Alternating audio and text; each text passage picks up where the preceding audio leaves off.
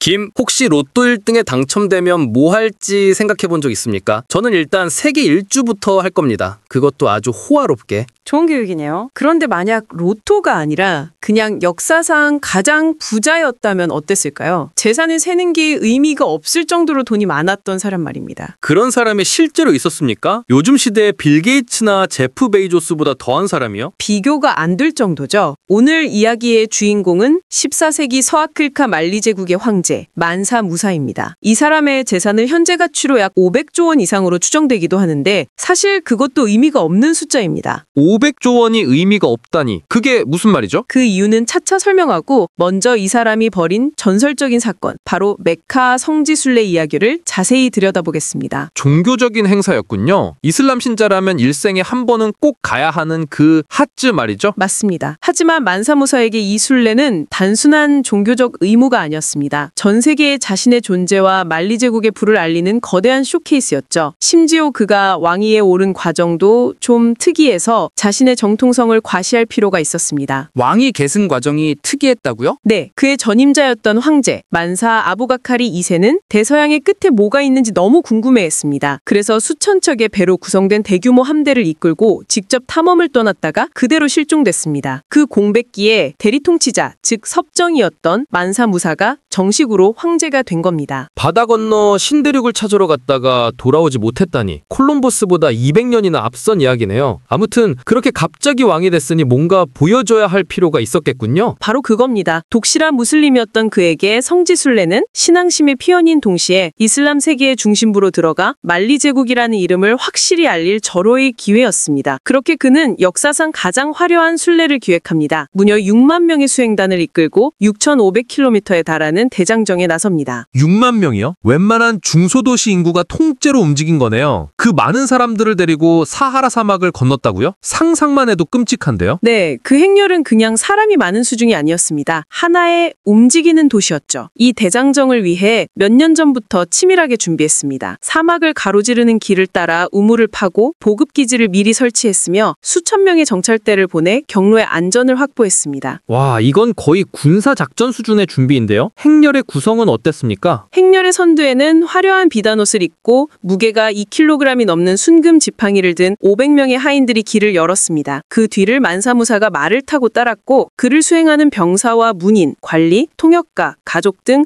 12,000명이 핵심 인원이 뒤따랐습니다. 핵심 인원만 12,000명이라고요? 그럼 나머지 48,000명은 뭐 하는 사람들이었습니까? 각종 지원 인력이었죠. 요리사, 의사, 기술자, 그리고 수많은 노예들이 포함되어 있었습니다. 이 거대한 행렬이 매일 밤 진을 치면 사막 한가운데에 거대한 도시가 생겨나는 것과 같았습니다. 그 안에는 임시시장이 열리고 이동식 모스크가 세워졌으며 황제를 위한 호화로운 천막 궁전이 설치됐죠. 사막 한가운데 도시를 만들면서 이동했다니 그 비용은 어떻게 감당했죠? 바로 그 유명한 황금 낙타 부대가 여기서 등장합니다. 약 100마리의 낙타가 동원됐는데 각 낙타에 136kg이 넘는 순금이 실려 있었습니다. 계산이 안 되네요. 낙타 100마리에 실린 금만 해도 13톤이 넘는 거 아닙니까? 이걸 그냥 경비로 들고 다녔다고요? 네, 순례길에 필요한 모든 경비를 충당하기 위한 현금이었습니다. 가는 길에 들르는 도시마다 자선을 베풀고 시장에서 물건을 사고 사람들에게 선물을 나눠주기 위해서죠. 심지어 만사무사는 금요일마다 머무는 곳에 모스크, 즉 이슬람 사원을 하나씩 지었다고 합니다. 가는 길에 건물을 새로 지으면서 갔다고요? 이건 뭐 여행이 아니라 도시 개발 프로젝트 수준인데요? 이쯤 되면 이집트로 가기 전에도 여러 도시를 거쳤을 텐데 거기선 별일 없었습니까? 물론 가는 길목에 있던 작은 도시와 오아시스들도 그의 관대함 덕분에 갑작스런 부를 맛봤지만 그 규모가 카이로만큼 크지 않아서 경제 시스템이 붕괴될 정도는 아니었고 오히려 황금왕이 지나갔다는 전설만 남겼죠. 이 소문은 순례단이 도착하기도 전에 이집트와 중동 전역에 퍼져나갔습니다. 소문이 자자했겠네요. 드디어 그 유명한 카이로에 도착했군요. 당시 이집트의 반응은 어땠습니까? 당시 이집트의 맘루크 단조는 이슬람 세계의 맹주였습니다. 카이로는 세계적인 국제 도시였고요. 이집트의 술 술탄 알-나스르 무함마드는 갑자기 등장한 서아프리카의 황금 제공을 극도로 경계하면서도 성대하게 환대했습니다. 이때 그 유명한 외교적 기싸움이 벌어집니다. 어떤 일화입니까? 술탄의 궁에 초대받은 만사 무사에게 이집트 관리들이 술탄의 발에 입을 맞추며 엎드려 절을 하라고 요구했습니다. 이는 술탄의 권위를 인정하는 당시 외교적 위례였죠. 하지만 만사 무사는 나는 오직 알라 신에게만 무릎을 꿇는다며 단호하게 거절했습니다. 와, 분위기 정말 싸늘했겠는데요. 당대 최강국 중 하나인 이집트 술탄 앞에서 전혀 꿀리지 않았다는 거군요. 그렇습니다. 한참 동안 외교적 실랑이가 벌어졌고 결국 그는 술탄이 아닌 신에게 경배하는 형식으로 땅에 엎드리며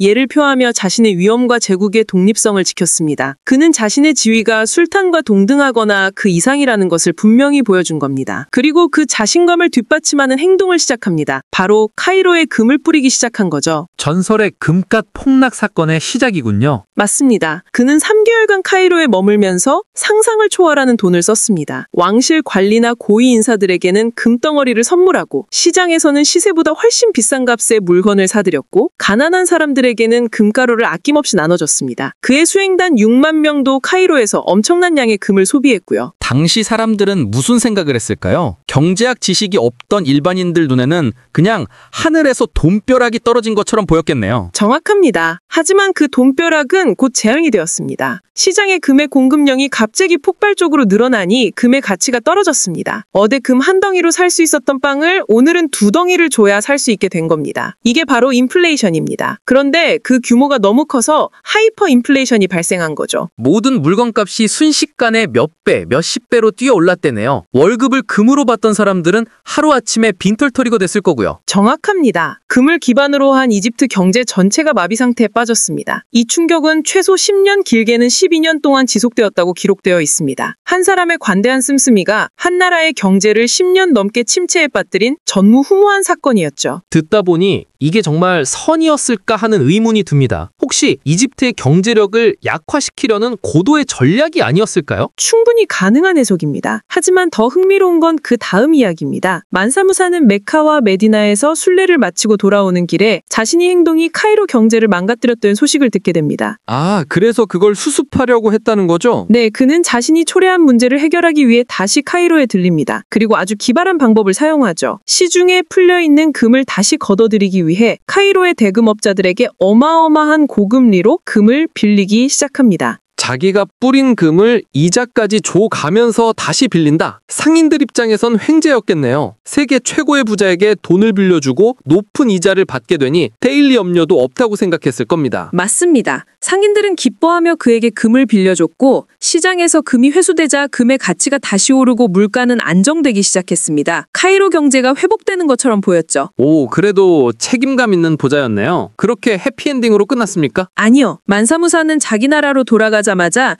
빌렸던 금과 이자를 단 한 번에 모두 갚아버렸습니다. 아, 또요? 이건 뭐 현재 금융시장에서 말하는 양적 완화와 긴축을 혼자서 다 한 셈이네요. 그렇죠. 막대한 양의 금이 다시 시장에 풀리면서 금값이 내폭락했고 이번에는 만사무사에게 돈을 빌려줬던 대금업자들이 이자도 못 건지고 전부 파산했습니다. 결국 그는 단 한 번의 순례로 북아프리카 경제를 파괴하고 복구하려는 척하다가 다시 파괴해버린 거죠. 이건 완전 계획적인데요? 우리 만리 제국은 너희 경제쯤은 마음대로 쥐락비락할 수 있다는 걸 확실하게 보여준 전략적 행동이었네요. 그렇습니다. 이 순례는 단순한 부의 과실을 넘어 만리 제국의 경제적 정치적 힘을 전 세계에 각인시킨 지정학적 사건이었습니다. 이 사건으로 유럽 지도에까지 만사무사의 모습이 그려졌습니다. 1375년에 제작된 카탈로니아 지도합첩에 옥자에 앉아 금덩어리를 든 흑인 황제로요. 서아프리카가 황금의 땅이라는 인식을 전 세계에 퍼뜨린 겁니다. 그럼 그저 부를 과시하기만 한 사람은 아니었군요. 순례의 진짜 목적은 다른 데 있었던 것 같습니다. 정확합니다. 그는 순례에서 돌아올 때 그냥 오지 않았습니다. 이슬람 세계 최고의 학자, 시인, 건축가들을 막대한 보상을 주고 함께 데려왔습니다. 특히 안달루시아, 지금의 스페인 출신 건축가였던 아부 이삭 알사일리 같은 인물이 대표적입니다. 금만 가져간 게 아니라 인재를 데려온 거군요. 그 사람들로 뭘 했습니까? 제국의 하드웨어와 소프트웨어를 모두 업그레이드했습니다. 그는 알사일리에게 팀북투와 가오에 거대한 모스크와 궁전을 짓게 했죠. 이때 진흙벽돌이 아닌 구운 벽돌을 사용하는 등 새로운 건축 기술이 도입되었죠. 동시에 그는 함께 데려온 학자들을 팀북투의 상크 시클 메드라사에 배치했습니다. 마드라사라면 이슬람 신학교를 말하는 거죠? 맞습니다. 만사무사는 이 신학교를 세계적인 종합대학으로 키웠습니다. 신학, 법학뿐만 아니라 의학, 천문학, 수학, 역사, 지리학까지 가르쳤죠. 전 세계에서 수만 권의 책을 수입해 거대한 도서관을 만들었고